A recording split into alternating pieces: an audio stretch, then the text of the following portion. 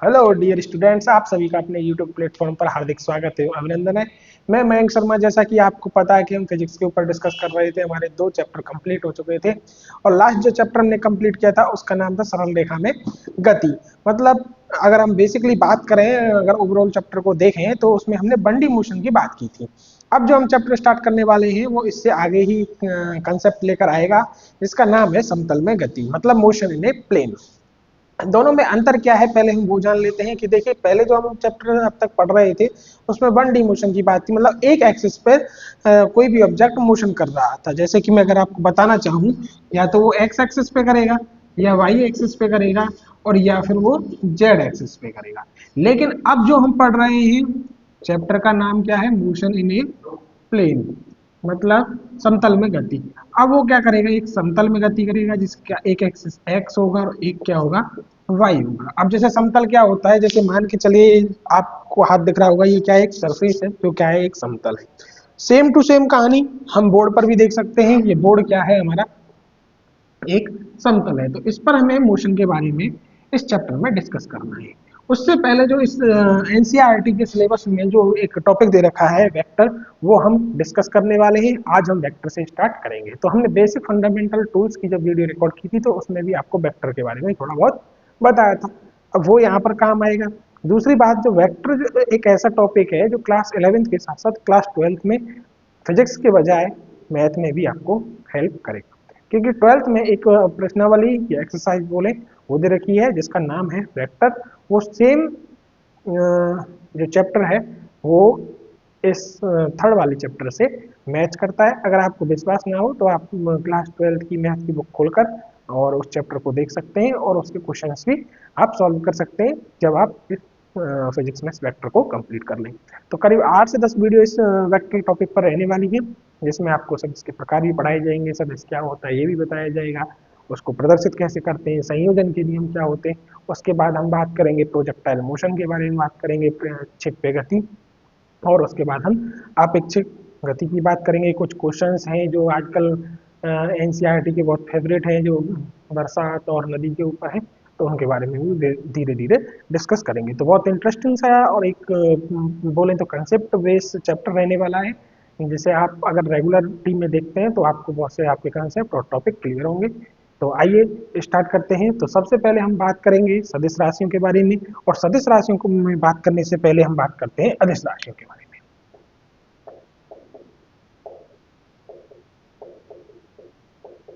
देखिए, फिजिक्स में जितनी भी फिजिकल क्वांटिटियां हैं उन्हें हमने दो भागों में बांट रखा है। एक तो अदिश राशियां और एक दूसरी सदिश राशियां। अब दोनों में अंतर क्या है कि जैसे कि मान के चलिए कोई राशि है, उसको हम दो तरह से डिनोट कर सकते हैं। एक तो क्या है, किसी का परिमाण लेके, और एक परिमाण के साथ दिशा लेके। तो दिशा के आधार पर अगर हम बोलें तो फिजिकल क्वांटिटी टू टाइप्स की होती हैं, एक स्केलर एंड एक वेक्टर। तो स्केलर क्वांटिटी क्या होती है, जैसा कि आप अगर हिंदी में, अगर आप थोड़ी हिंदी आपकी ग्रामर सही है तो आप देखेंगे कि अदिश राशियां वो होती हैं जिनको दिशा की आवश्यकता नहीं होती। जैसे आ का मतलब होता है नहीं और दिश का मतलब होता है दिशा। तो जिनमें दिशा की आवश्यकता नहीं होती, इन्हें डिनोट करने के लिए, प्रदर्शित करने के लिए, वो कौन सी राशियां होती हैं, अदिश राशियां होती हैं। तो ऐसी राशियां जिन्हें प्रदर्शित करने के लिए दिशा की आवश्यकता नहीं होती, केवल परिमाण की आवश्यकता होती है, उसे हम क्या कहते हैं, अदिश राशियां। तो ऐसी भौतिक राशियां जिन्हें प्रदर्शित करने के लिए केवल परिमाण की आवश्यकता होती है,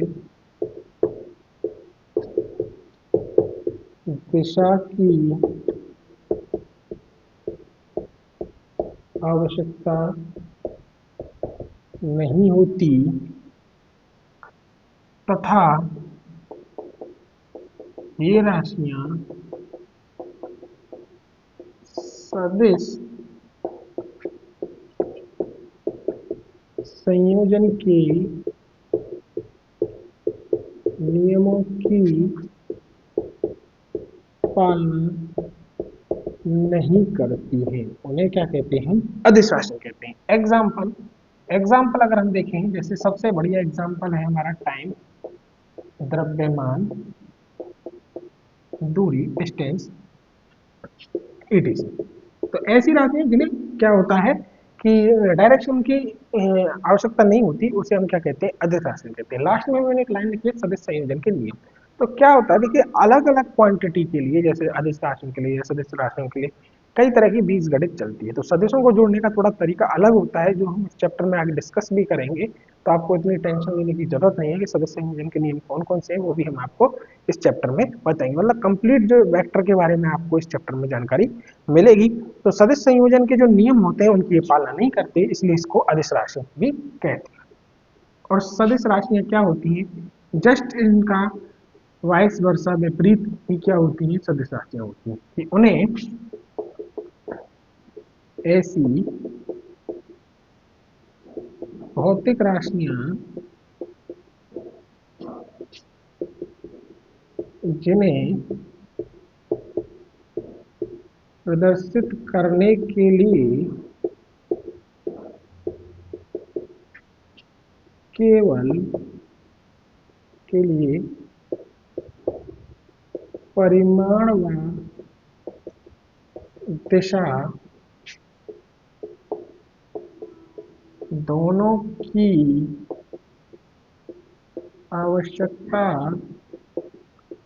होती है, उसे सदिश राशि कहते हैं। तथा ये सदिश संयोजन के नियमों की पालना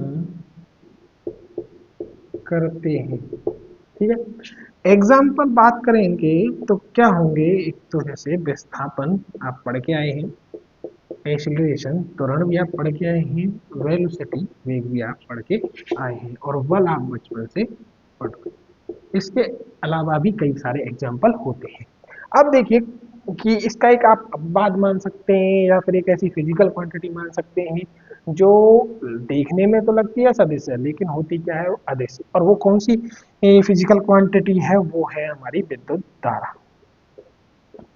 अब उसमें है क्या, ये भी आपको बता देते हैं। विद्युत धारा एक अदिश राशि है जिसे प्रदर्शित करने के लिए परिमाण व दिशा दोनों की आवश्यकता होती है, लेकिन यह सदिश संयोजन के नियम की पालना नहीं करती। क्या होता है? ये वेक्टर एडिशन, वेक्टर जो मतलब मैथ है, सदिश संयोजन के जो नियम है उनकी पालना नहीं करती, इसीलिए जो विद्युत धारा है वो कैसी है? अदिश राशि है। ये आपको वाइवा में पूछा भी जा सकता है, ट्वेल्थ में।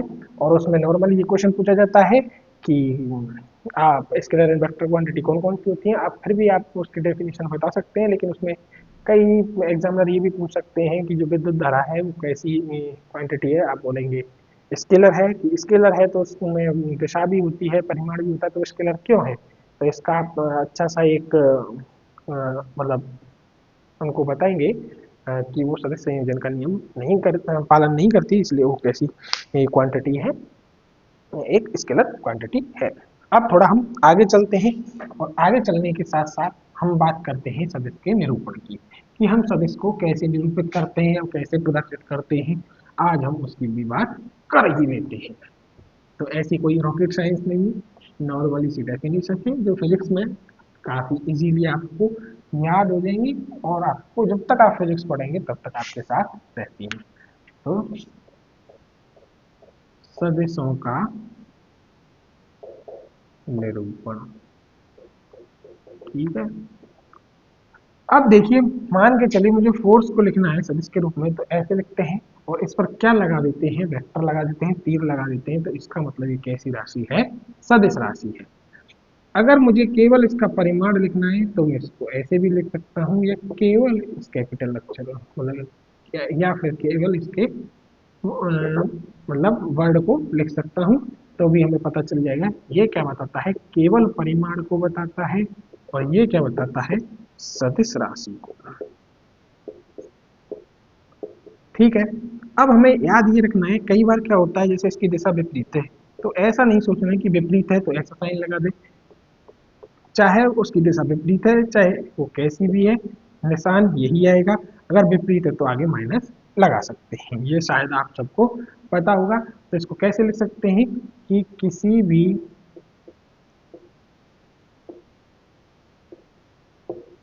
अक्षर पर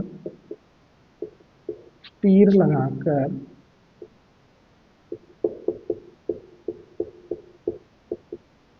सदिश राशि को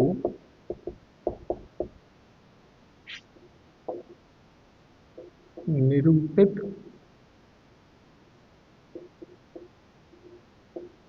करते हैं।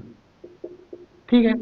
अब देखिए, अगर हम बात करें वेक्टर बनाने की, तो जैसे ये कोई हमारा वेक्टर है, ये क्या होता है, इसका सिरा होता है जिसको हम हेड बोलते हैं, ये क्या होती है, टेल होती है जिसे हम पूंछ बोलते हैं, ये क्या होता है, इसकी लंबाई होती है वेक्टर की, या बात करें तो इसका परिमाण होता है, और ये क्या होता है, इसका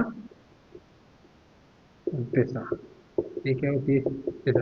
जैसे कि मान के चलिए एक है 2 न्यूटन और एक है 5 न्यूटन, ये क्या है, फोर्स है, और इसके अगर मुझे वेक्टर बनाने है तो 2 न्यूटन का ये है और 5 न्यूटन का ये है, क्योंकि इसकी लंबाई बड़ी है तो इसका ये परिमाण कितना है, 5, और इसमें इसकी लंबाई छोटी है, इसका परिमाण क्या है, 2, ये इसकी दिशा बता रहा। अगर ये विपरीत दिशा में होती तो जैसे ये इधर बनता तो ये इधर बन जाता। ठीक है। ये वेक्टर को प्रदर्शित करने का एक तरीका होता है। तो आप यहाँ तक समझ गए होंगे, ये आपको डिनोट करने का तरीका भी पता चल गया होगा, ये इसकी लंबाई होती है, तो इनको हम सेम सेम सा ले सकते हैं। आजकल हम इतना बड़ा बनाते नहीं है, अगर जैसे हमें इसको देखना है तो एफ पर ऐसे लगाकर छोड़ देते हैं। ठीक है। क्योंकि ऐसे नहीं है कि फिक्स अगर आपको स्केल से मापना है और कि ये 2 सेंटीमीटर का है, 2 मीटर का है या नहीं, ये है या नहीं, बस एक आप आइडिया से इसको लिख सकते हैं। अब देखिए सदिशों के प्रकार के बारे में बात कर लेते हैं, थोड़ा सा डिस्कस कर लेते हैं। आज चैप्टर की स्टार्टिंग है इसलिए वीडियो थोड़ा ज़्यादा लंबा नहीं रहेगा, क्योंकि देखिए ज़्यादा फिर बोरिंग होने लग जाता है, तो थोड़ा थोड़ा हम बस थोड़ी सी बात करेंगे। अब बात कर लेते हैं सदिशों के प्रकार के बारे में। सदिशों के प्रकार, types of vector. Types of vector क्या होते हैं, तो देखिए 2 प्रकार के सदिश होते हैं, और देखिए हम प्रदेश के बारे में पढ़ेंगे लेकिन वो हमारे सिलेबस में नहीं है, तो पहले हम इसके प्रकार भी पढ़ लेते हैं कौन कौन से। एक होते हैं ध्रुवीय सदिश, और एक होते हैं अक्षीय सदिश। ध्रुवीय सदिश को इंग्लिश में बोलते हैं पोलर वेक्टर, और इसको बोलते हैं एक्सियल वेक्टर। अब पोलर सदिश, ध्रुवीय सदिश क्या होते हैं, इसकी अगर हम बात करें, और एक्सियल वेक्टर की बात करें, देखिए ध्रुवीय सदिश क्या होते हैं कि ऐसी सदिश राशियां जो वस्तु की गति की दिशा में हो, या फिर अगर हम बोले कि वस्तु सीधी दिशा में कोई गति कर रही है, सरल रेखा में कोई गति कर रही है, तो उसके साथ जितनी फिजिकल क्वांटिटियां होंगी वो किस में आएंगी, ध्रुवीय सदिश में। और अक्षीय सदिश कि जब कोई वस्तु जैसे एक अक्षेस के चारों तरफ क्या कर रही है, गति कर रही है, तब जो फिजिकल क्वांटिटियां होंगी उन्हें हम अक्षीय सदिश में रखते हैं। तो ध्रुवीय सदिश कौन से होते हैं कि जब जैसे वस्तु जिस दिशा में गति कर रही है उसी में जैसे बल लग रहा है, विस्थापन लग रहा है, वेग लग रहा है, त्वरण लग रहा है, वो सब कैसी होगी, अक्षीय। अब वस्तु घूम मतलब किसी अक्ष के चारों तरफ घूम रही है, तो कोणीय विस्थापन है, कोणीय त्वरण है, कोणीय विस्थापन है ये, या फिर बल आघूर्ण है, ये सब कैसी है, अपनी अक्षीय सदिश है। तो ध्रुवीय सदिश की बात अगर हम देखें कि ध्रुवीय सदिश क्या होती है, तो देखो ध्रुवीय सदिश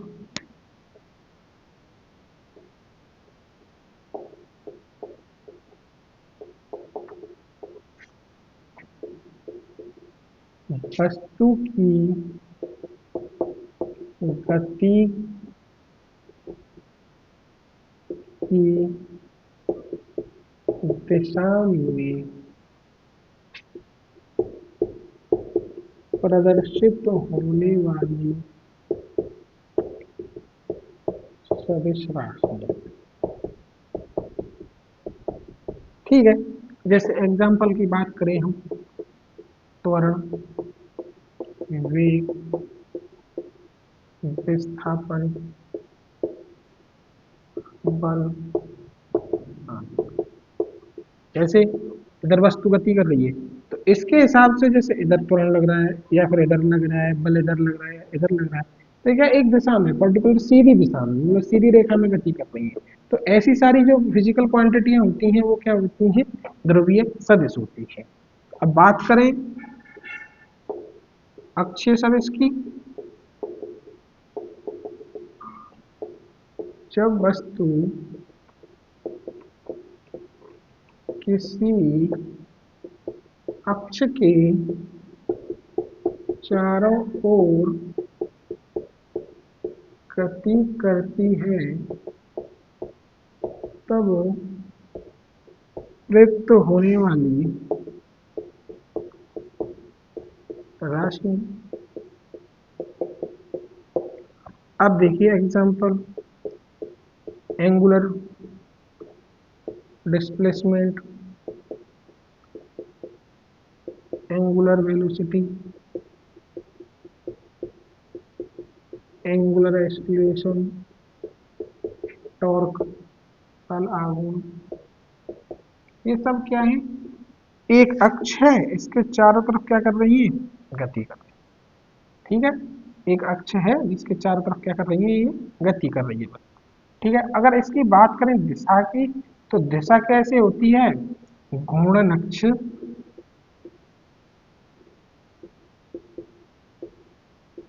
की दिशा में।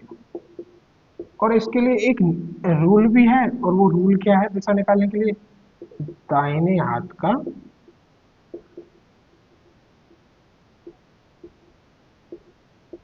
दाहिने हाथ का या दाहिने अंगूठे का, इसके द्वारा हम इसकी क्या निकाल सकते हैं, दिशा निकाल सकते हैं। जैसे कोई फिजिकल क्वांटिटी है, इसको ऐसे प्रदर्शित करेंगे और अंगूठा क्या बताएगा, उसकी दिशा बताएगा, या फिर एक घूर्णन अक्ष है, ये उस फिजिकल क्वांटिटी क्या बताएगी, दिशा बताएगी। तो आप ये बताइए ध्रुवीय और अक्षीय सदिश आपको क्लियर हुई नहीं हुई, जब वस्तु कोई सीधी दिशा में गति कर रही है तब कौन कौन सी राशि, जैसे त्वरण है, वेग है, विस्थापन है, बल है, ये सारी कैसी है, ध्रुवीय सदिश है। अगर वो घूर्णन गति कर रही है, एक तरीके से वृत्तीय गति कर रही है, तब कौन सी राशि है, ये कौन सी है, एक्सियल वेक्टर है।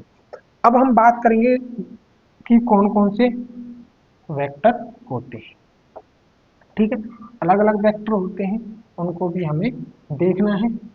ये तो इनके टाइप की बात हुई, लेकिन कि नॉर्मली जो वेक्टर होते हैं, जैसे कि अब हम बात करेंगे आगे कि आप ये देख के चलिए कि जैसे नॉर्मली कि सह, इंग्लिश में तो पता नहीं क्या बोल, हिंदी में पता नहीं क्या बोलते हैं, को इनिशियल वेक्टर मतलब सह अक्षीय सदिश, याद आ गया, सह प्रारंभिक सदिश। तो सह प्रारंभिक सदिश क्या होते हैं, कि ऐसे सदिश जो किसी एक पर्टिकुलर पॉइंट से स्टार्ट होते हैं, उसे हम क्या कहते हैं, सह प्रारंभिक सदिश। जैसा कि हिंदी से भी आप समझ सकते हैं, इंग्लिश से भी समझ सकते हैं कि को इनिशियल मतलब एक ही पॉइंट से स्टार्ट होने वाले सदिशों को हम क्या बोलते हैं, सह।